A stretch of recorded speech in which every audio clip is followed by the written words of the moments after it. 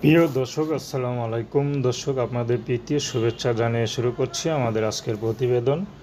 তো দর্শক, আজকে আমরা এক অসহায় আপুর জীবনের গল্প তুলে ধরব। অসহায় বললে ভুল হবে, আপুটি ভালোই ছিল। তার নাম হচ্ছে সায়মা। তো সায়মা আপুর বিয়ে হয়েছিল, তার সংসার হয়েছিল মাত্র 2 মাস। 2 মাস পরেই তার স্বামী তাকে ডিভোর্স দিয়ে চলে যায়। কারণ জানতে পারে যে তার স্বামী এরকমই করে, যে জায়গা দেয় সেখানে বিয়ে করে এরকম ফেলে রেখে চলে যায়। তো সায়মার পরিবার বেশি বড়লোক ছিল না, নিম্নবিত্ত।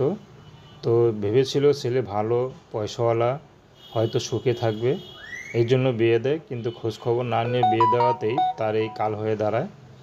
তো বর্তমানে সায়মা এখন তার বাপের বাড়ি আছে, কিন্তু তার মধ্যে তার বাবা নেই, বাবাটা মারা যায়। তার মা আছে, ছোটো একটা বোন আছে।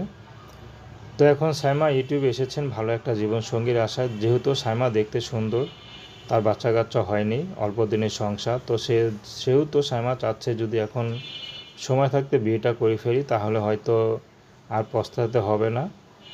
তো ছেলে যেমনই হোক, বিবাহিত হোক, অবিবাহিত হোক বা বয়স্ক হোক, তাতে কোনো আসে যায় না।